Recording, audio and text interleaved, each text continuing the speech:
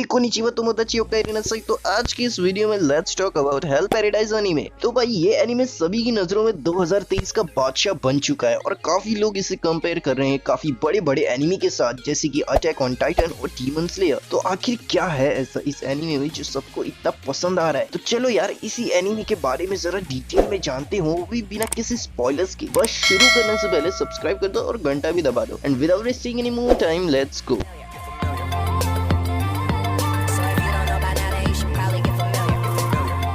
क्यों ना शुरू किया जाए एनिमे के नाम से। तो एनिमे का नाम हेल पैराडाइज है और इसका जापानीज में नाम है जिगोकुराकू। तो ये एनिमे सबसे पहले पॉपुलर होना चालू हुआ था 2018 में, जब इसका मांगा वर्जन आया था, जिसके टोटल 13 वॉल्यूम रिलीज हुए थे और उसके बाद इस एनिमे का कोई दूसरा चैप्टर नहीं आया। इसका मतलब एनिमे होने वाला है 13 एपिसोड का और इसका कोई नया सीजन नहीं आएगा। और इस एनिमे के मांगा को लिखा था यूजी काकू ने, जो कि उस वक्त में काफ़ी पॉपुलर हो चुका था। अब यार इन महाशय के मुझे फ़ोटो कहीं देखने नहीं मिली, गूगल, ट्विटर, इंस्टा कहीं भी नहीं, वरना आपको इनके मुखड़े के दर्शन ज़रूर करा देता मैं। खैर छोड़ो यार। तो इसके बाद सीधा 2023 में इसका एनिमेशन रिलीज हुआ, जिसने सभी को अपना फैन बना दिया। एंड नाउ लेट्स सी कि ये एनिमे इतनी तेजी से पॉपुलर क्यों हो रहा है। तो आखिर किसी एनिमे को पॉपुलर होने के लिए क्या चाहिए होता है? एक अच्छा एनिमेशन और मज़ेदार स्टोरी लाइन, राइट? लेकिन इतना ही नहीं, आजकल लोगों को फास्ट एनिमे ज़्यादा पसंद आते हैं, जिसमें मज़ेदार एक्शन देखने मिले और ओवर पावर्ड कैरेक्टर्स भी, जैसे कि डेडमैन वंडरलैंड और डेथ परेड। और इस एनिमे में ये सब कुछ है।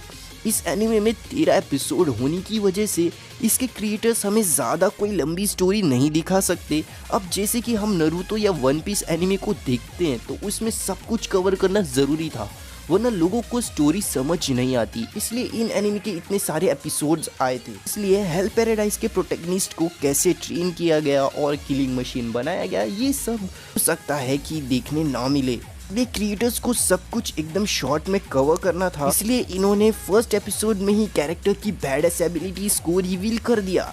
इस एनीमे में बहुत ही ज़्यादा खून खराबा है, जो कि आजकल सबको पसंद आता है। एंड ने भी यही देख के एनीमे का नाम सर्च किया था। जब इतना सब कुछ मिल रहा है सभी को, और अगर इसके ऊपर एक तगड़ा एनिमेशन भी डाल दिया जाए, तो यार लोगों को पसंद क्यों नहीं आएगा ये एनीमे। इस एनीमे के प्लॉट देखा जाए तो वो भी काफ़ी ज़्यादा इंटरेस्टिंग है। सीरीज बेस्ड है जापान के ईडो पीरियड पे, यानी कि वो टाइम जब निंजा और समुराई हुआ करते थे। अब आधे लोगों को ये सुनने के बाद और इंटरेस्ट आ गया होगा, क्योंकि निंजा और समुराई किसे नहीं पसंद है, खास करके एनिमे सीरीज में इनको इतना बैडस दिखाया जाता है कि कोई सोच भी नहीं सकता। तो खैर यार, उस वक्त शोगन्स का भी राज चला करता था। जिन्हें नहीं पता, शोगन्स एक मिलिट्री टाइटल है जो कि एम्परर्स देते थे उनके स्ट्रॉन्गेस्ट ऑफिसर्स को। तो आगे हमारे मेन कैरेक्टर एक काफ़ी ज़्यादा खतरनाक विलन है, जिसे एग्जीक्यूशन के लिए भेजा जाता है, पर उसे कोई सज़ा एक स्क्रैच तक नहीं दे पाती है। और उसके बाद शोगन भैया अपने सभी जगह के खतरनाक विलन्स को अपने पास बुलाते हैं, ताकि उन सभी को एक ऐसे आइलैंड पे भेजा जा सके जहां अमर होने का राज छुपा है। और शोगन भैया खुद ये नहीं कर सकते थे, या उनके ऑफिसर्स खुद ये नहीं कर सकते थे, क्योंकि उन सभी की फटती थी उस आइलैंड से। क्योंकि यार वो आइलैंड इतना डेंजर है कि कोई वहाँ से जिंदा वापस नहीं आया कभी।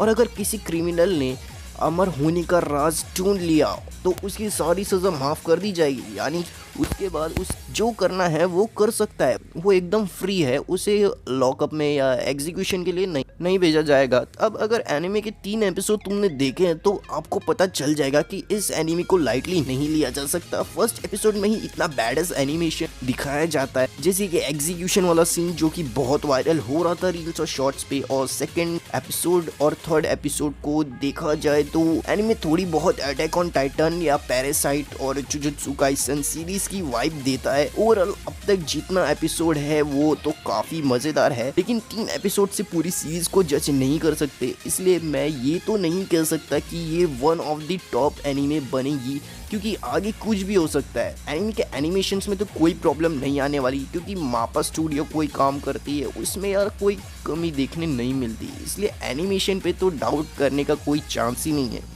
अब देखो यार, मैंने इसका मांगा पढ़ा नहीं है अभी तक, क्योंकि मुझे लगा कि अगर मैंने इसका मांगा पढ़ लिया तो आगे सीरीज़ दिखने में वो मज़ा नहीं आएगा। इसलिए आगे की स्टोरी के बारे में तो मुझे भी नहीं पता है, तो मैं ये नहीं कह सकता कि स्टोरी आगे मज़ेदार होगी या नहीं। लेकिन अगर आपने मांगा पढ़ी है तो कमेंट में बता दो कि मांगा पढ़ने से एनिमेटेड वर्जन वाली फील आ रही थी कि नहीं।